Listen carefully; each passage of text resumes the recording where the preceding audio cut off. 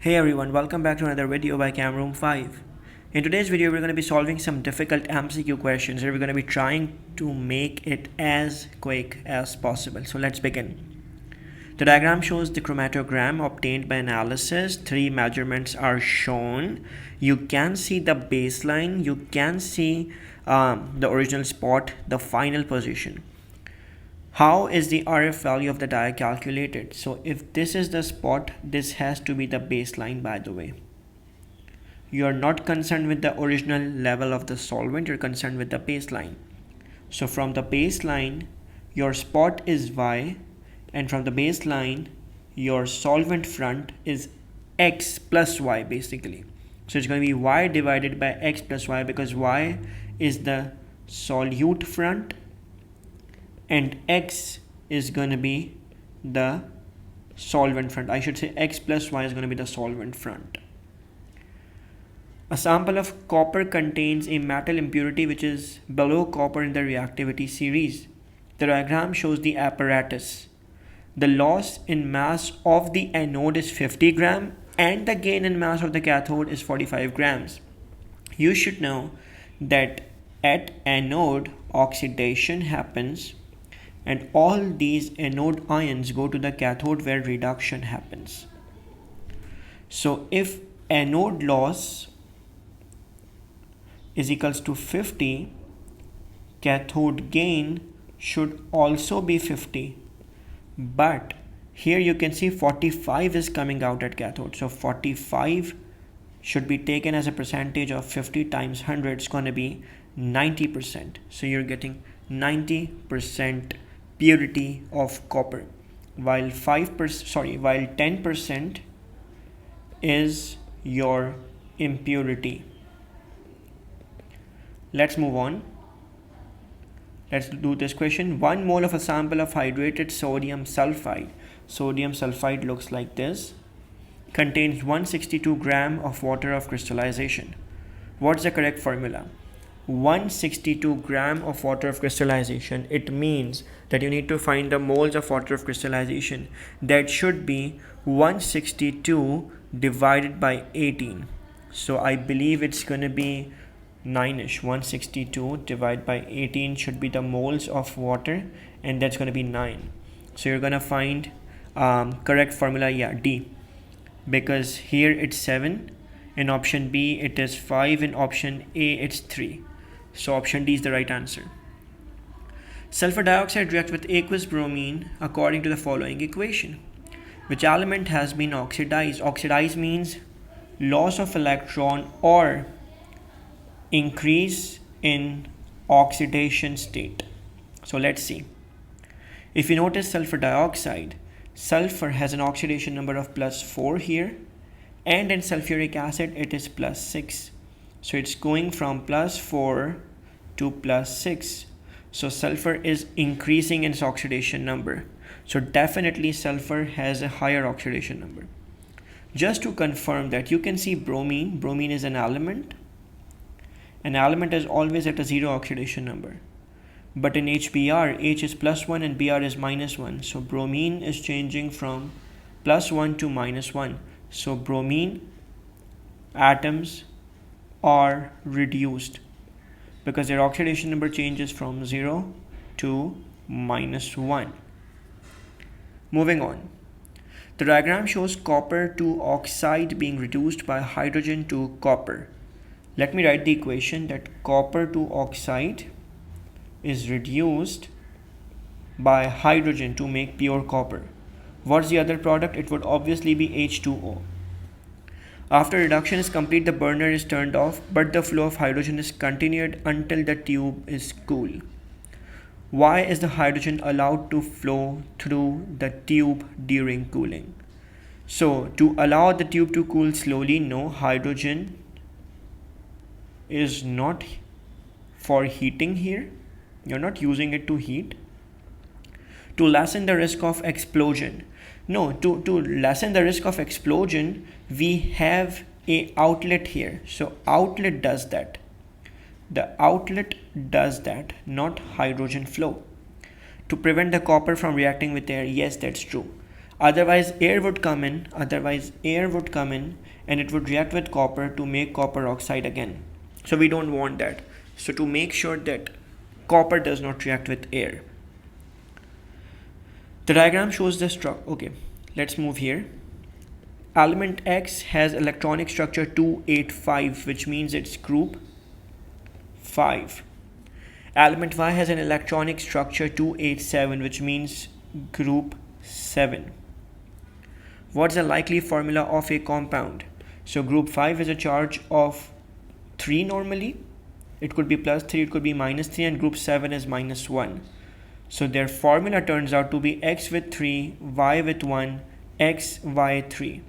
So XY3 should be the answer. It's very much like ammonia or phosphine. So group 5 and group 7 react like this.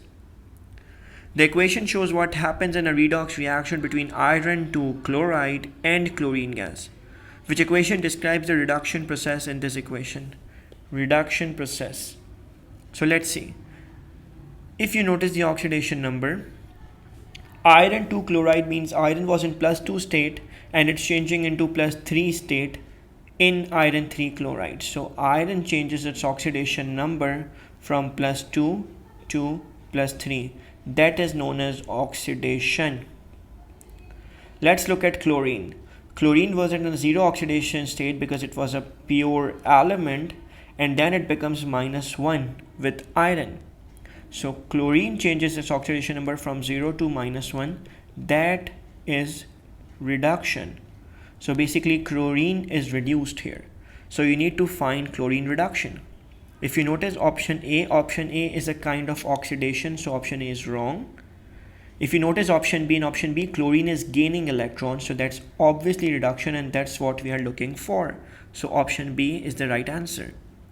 If you notice option C is wrong because iron 2 is basically changing to iron 3, and that is an oxidation. We are not looking for oxidation here.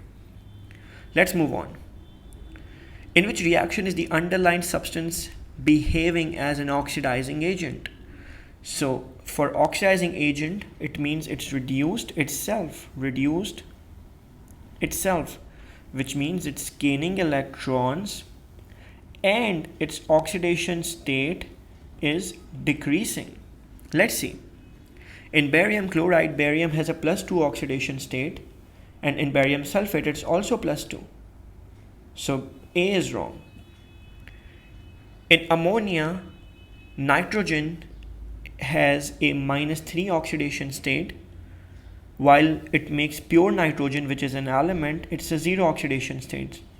So that is increase in oxidation state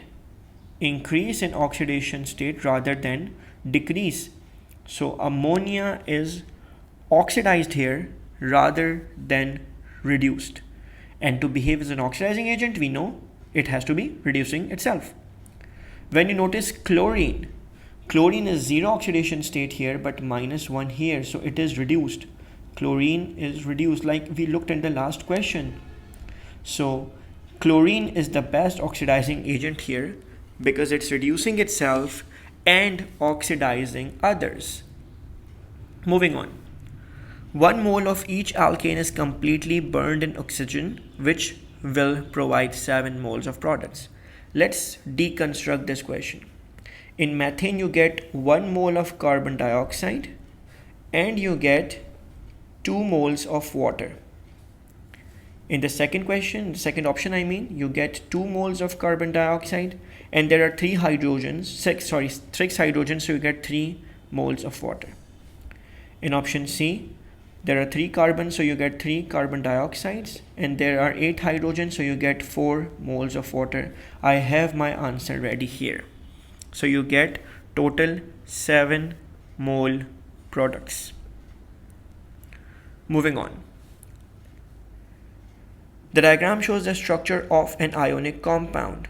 What is a possible formula for this compound? So if they're saying ionic, it means it's a metal with a non-metal. So it can't be option C because it is covalent, because sulfur and oxygen are both nonmetals. If you notice, the number of bigger ions, let's call them A, and the number of smaller ones are not equal. A is not equal to B. So their ratio is not equal to 1:1. It means it can't be magnesium oxide, it can't be sodium chloride, because here the ratio is 1:1 between cation and anion. So the final answer is going to be A for apple. This one was indeed a tricky question, and this is the trick for doing that. 18-gram water contains the same number of molecules as. You should know number of molecules depend upon number of moles. So 18-gram water is equals to 1 mole. You need to find 1 mole. 18-gram ammonia gas, that's wrong, because ammonia would have a mole of 18/17, that's not 1 mole. 2-gram hydrogen gas makes sense, because for hydrogen the molecular mass is also 2, so that does make sense. 14-gram nitrogen gas, nitrogen has a molecular mass of 28, so that's wrong. And in option D, oxygen has a molecular mass of 32. So option C and D are also wrong. B is the right answer. Moving on. The complete combustion of 20 centimeter cube of gaseous alkane requires 130 centimeter cube oxygen. Both volumes are measured at room temperature pressure. What could be the identity of X? Now you know if X reacts with oxygen to make products, if 20 centimeter cube reacts with 130 centimeter cube, then it means 2 will react with 13 and 1 will react with 6.5, because this is direct proportionality. So let's see. Butane is basically C4H10. It will give you 4 carbon dioxides and it will give you 5 waters. How many oxygens do you need? So to make carbon dioxide, 4 2s are 8, and to make water, 5 1s are 5. So you get 8 plus 5 is equals to 13 oxygen atoms.